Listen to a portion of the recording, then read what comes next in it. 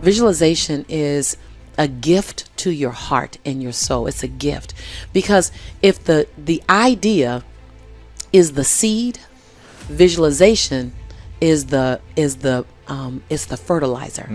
It's the fertilizer, because when your thoughts are connected with an emotion, see, you would visualize yourself winning, and you would feel all the emotion that came with that. And all you're doing now is you're not chasing a foreign emotion.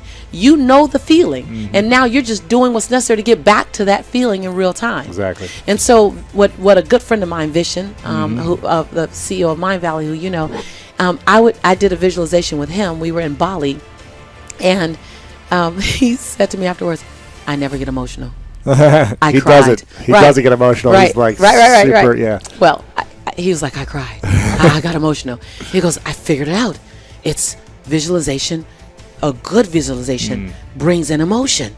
He was like, "That's how you do it." And so I love doing visualizations because and it's real important in the visualization. You can't see it over there. You have to see it right here. Feel it. You got to feel it right here. Like, I am. It's all I am. I am. I am in my dream home. I am in my dream relationship. And then unpack what that looks like. But most importantly, unpack what it feels like. And when you have that emotion in this moment, all of a sudden you stir up something that I don't think will ever go back to sleep. It'll go, okay, let's go get that. And what it really does is it sets up a state of cognitive dissonance.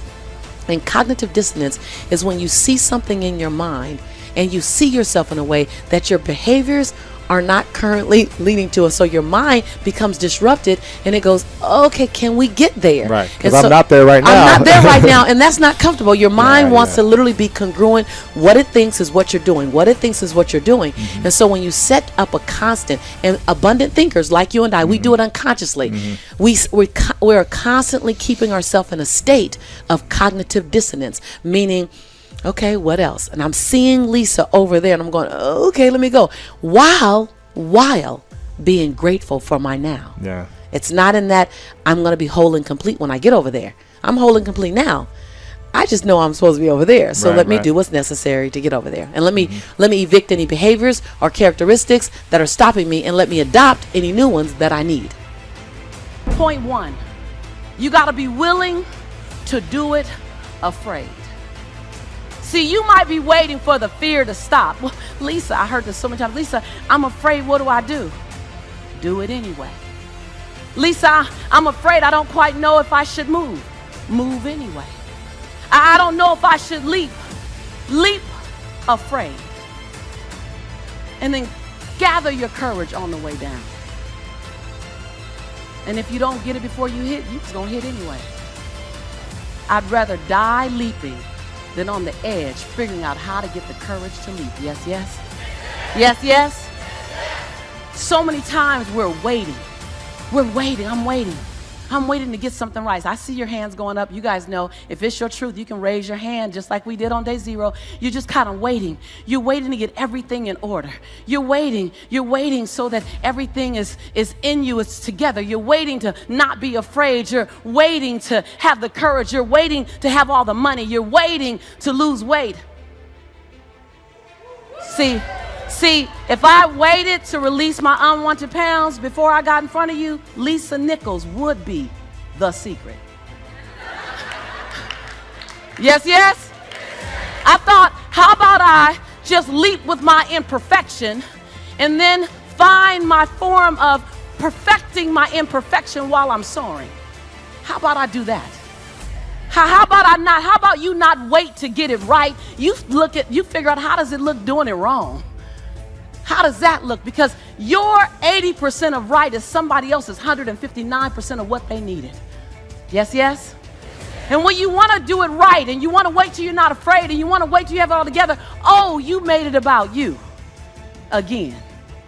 See, Nelson Mandela did it. He just did it not knowing if it were right. Mahatma Gandhi just did it not knowing if it were right. Mother Teresa just did it not looking for affirmation or confirmation. Is this right? Martin Luther King did it not even knowing if it would happen before his life ended. I mean, what are you waiting on? Are you willing to do it afraid? Are you willing to do it knowing that you got so much work to do to get it better, to get it more perfect? But are you willing to do it inside your imperfection? Do you realize that in your imperfection, you're perfect for the job? When we talk about living our quest,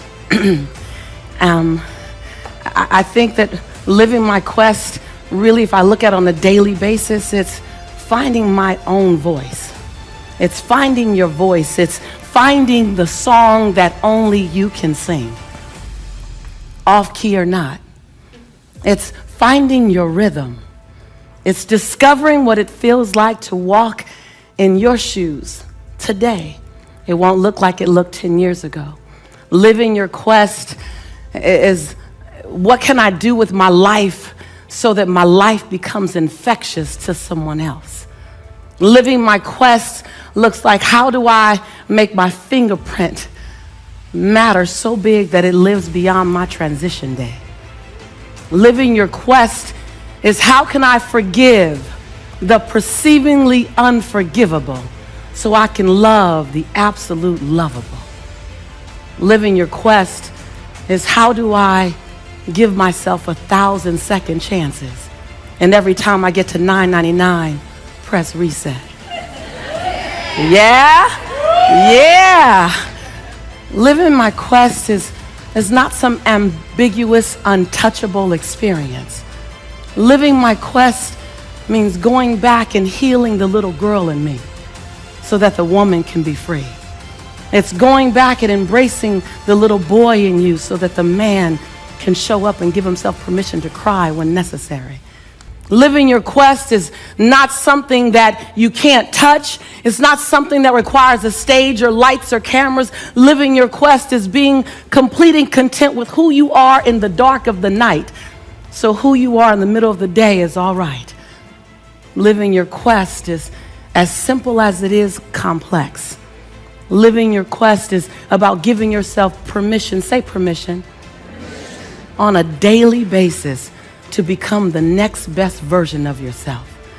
Living your quest is not holding yourself hostage to old decisions, not holding yourself hostage to shame, blame, guilt, regret, and anger. Living your quest is about recognizing that every day I can be reborn to my possibility. See, living your quest is as internal and personal as it is public. Living your quest is about recognizing that you have brilliance in you and not being willing to dim your light one more day.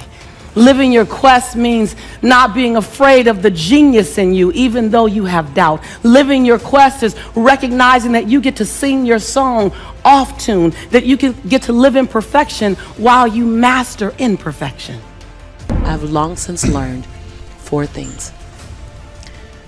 To me, this is the road to true freedom. I have nothing to prove. I have nothing to protect. I have nothing to hide. And I have nothing to defend. That your perception of me after I tell my truth is actually none of my business. My perception of me, that I go to bed as whole and complete as I woke up. Before I check how many likes I have on Facebook, that I like me first. And every other like is bonus. There you go. Like it. That was a long road to get to. Long road. Sure. Long road.